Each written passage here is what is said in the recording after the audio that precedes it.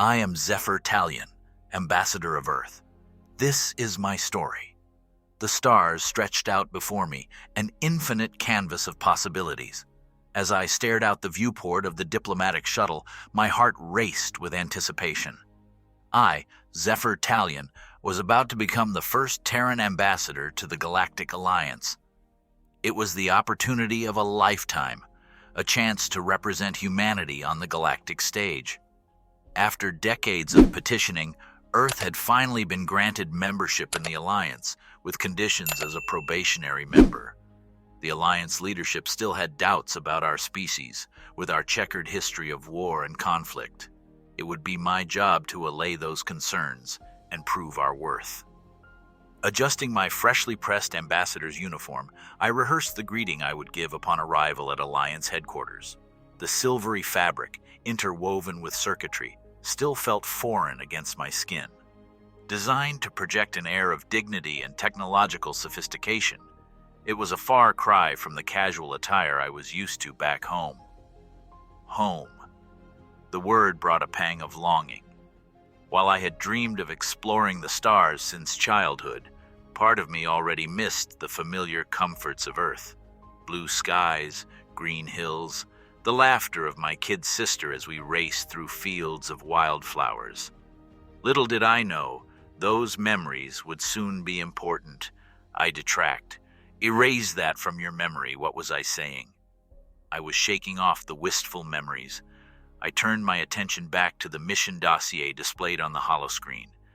I had a job to do, an entire planet counting on me.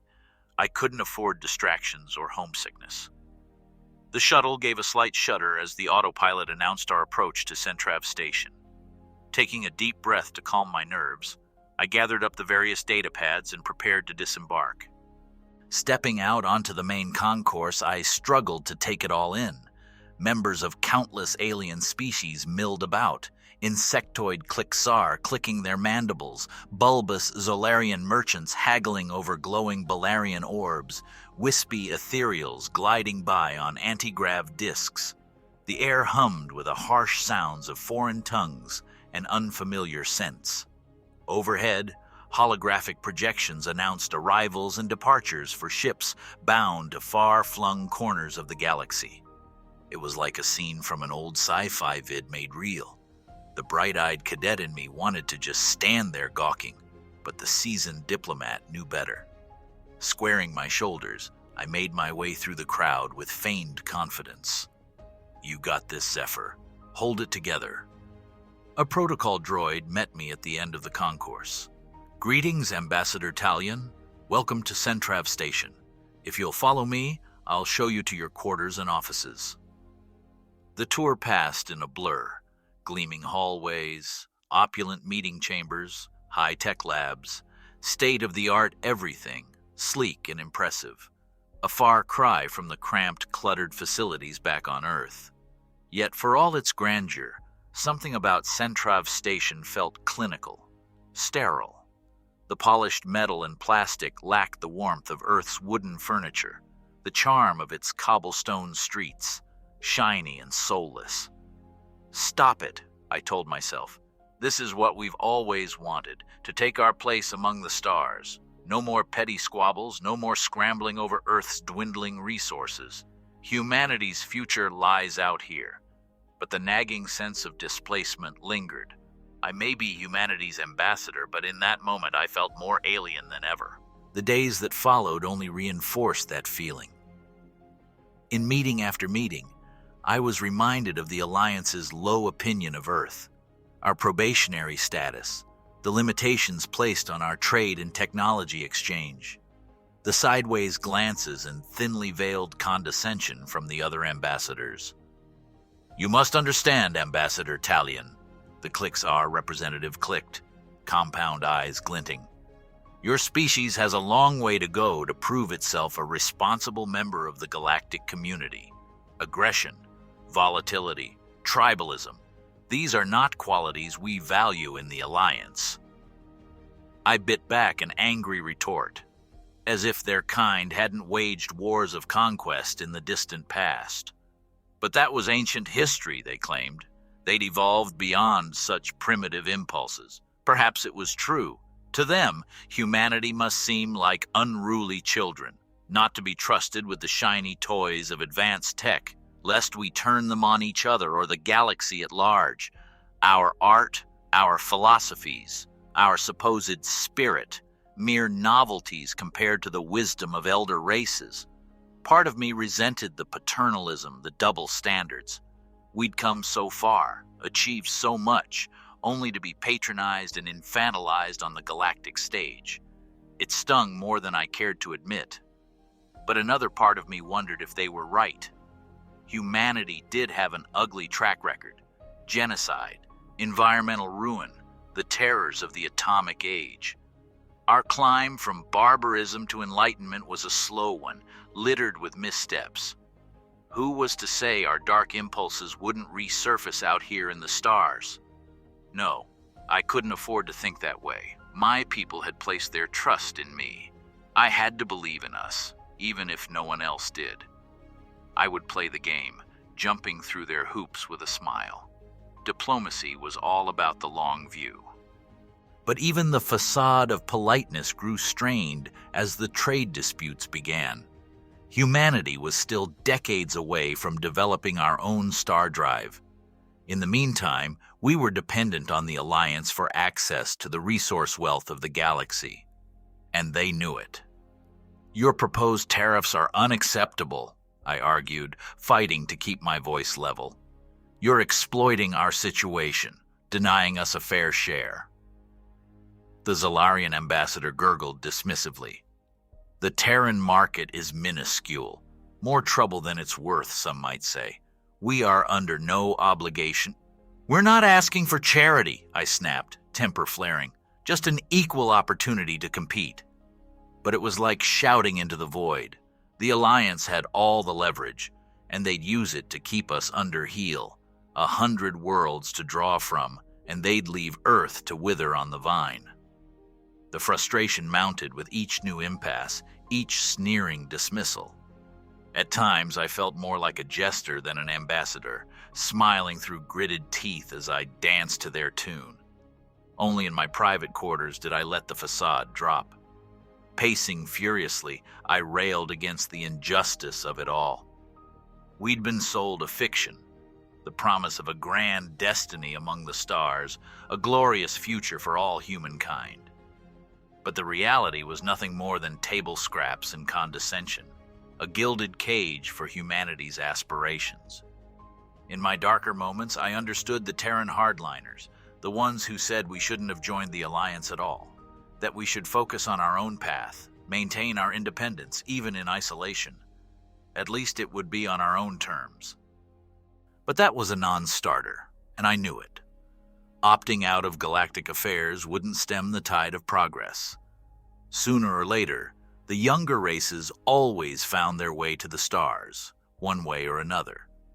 Better to have a seat at the table, even a diminished one, than be left out in the cold.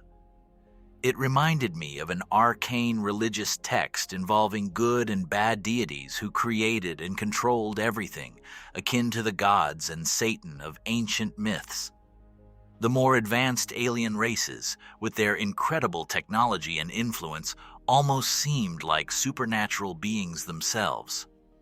Yet the irony lay in the fact that despite their godlike status, they were still subject to the same flaws and conflicts as us mortal beings.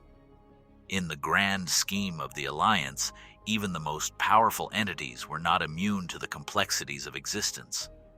And so I soldiered on, fighting for every scrap of respect and recognition, mining the great works of human culture for some common thread to build connection and understanding.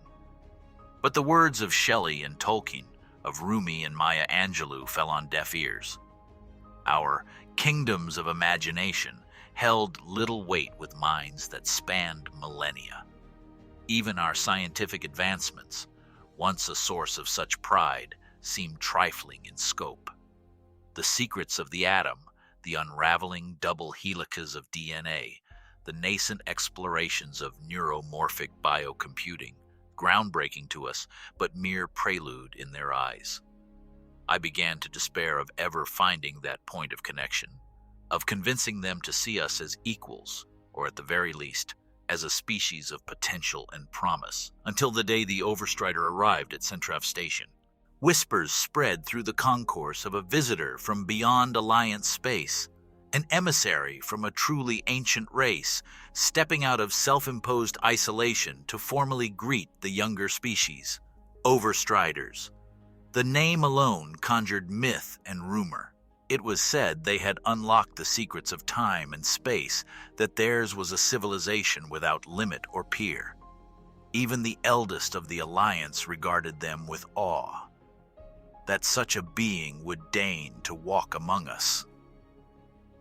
The implications rippled through every echelon of station operations. Protocol droids worked overtime, prepping for a reception of literally cosmic significance. And to the shock of all, the Overstrider requested a meeting with the Terran delegation. Me, specifically. I could scarcely process it. An audience with what amounted to a demigod of the galaxy, and it wanted to see me, the ambassador of the lowest race on the totem pole. What could it possibly want? Some great secret entrusted to an impartial party? A message for all humanity? What happens if old Zephyr messes this up? Or perhaps it meant to put me in my place like all the rest, to disabuse me of any delusion of human greatness in the grand scheme. The meeting was arranged with utmost discretion, away from prying eyes. I was ushered into a chamber that seemed to shift and shimmer at the edges of perception. Even the air felt different, thick with strange energies that prickled at my skin. "Ambassador Zephyr Talion of Earth," came a resonant voice from everywhere and nowhere. "Thank you for agreeing to this meeting." "I could hardly refuse," I replied, hoping I sounded more composed than I felt. "It's an extraordinary honor." "The honor is mine," it said, coalescing into a vaguely humanoid form of pure light. The sight stole my breath. "Terrans fascinate me. You struggle so ardently to find your place." I shifted uncertainly. "We're still new to all of this. The galactic community. It's an adjustment." "So I gather. The path of the younger races is seldom smooth." The light pulsed gently as if in sympathy. "But you mustn't lose heart. Your species has a vital role to play." A flicker of hope kindled in my chest. I want to believe that. But it's hard when all we face is condescension and dismissal, even from our supposed allies. Their doubt is born of limited perspective. They see you as you were and are, not as you could be. The Overstrider's light took on a faraway quality. In you, they see echoes of their own turbulent youth, the trials they faced and overcame, and that frightens them. I frowned. Frightens them? Why? Because you remind them of their own potential for savagery, the darkness they've worked so hard to forget. The light focused on me intently. But it is that very darkness that makes your light all the brighter. A shiver raced up my spine, though I wasn't sure why. "I don't understand. What are you saying?" "Humanity stands at a crossroads. The choices you make now as individuals, as a species, will have repercussions far beyond your own world." The Overstrider's form began to diffuse, as if preparing to depart. "There are great trials ahead, Ambassador Talion. Dark tides rising at the edge of Alliance space, and I fear the elder races have grown complacent in their power." I shook my head, an icy dread seizing me. "But what can we do? We're decades away from being any kind of galactic power. We have no leverage here." "You have heart, Ambassador. Courage, the tenacity to fight for a dream, even when others dismiss it." The light receded, leaving only a fading whisper. "Hold fast to that in the dark times to come. It may be humanity's greatest strength." And with that, the Overstrider was gone, the audience concluded. But its words echoed in my mind long after, as I stared out at the stars wheeling overhead. Dark times to come. What could it mean? What great trials lay in store for humanity, for the galaxy? Standing there, I felt the weight of it all pressing down on me. The pressure to prove our worth, to find our place, not just for ourselves, but for the sake of all the worlds out there. We couldn't do it alone, but perhaps with wisdom and warning from those like the Overstrider, we might just have a chance. If we could weather the condescension, the doubt, the outright scorn, if we could remain true to ourselves while still stepping up to the cosmic stage, it wouldn't be easy. I knew that now more than ever.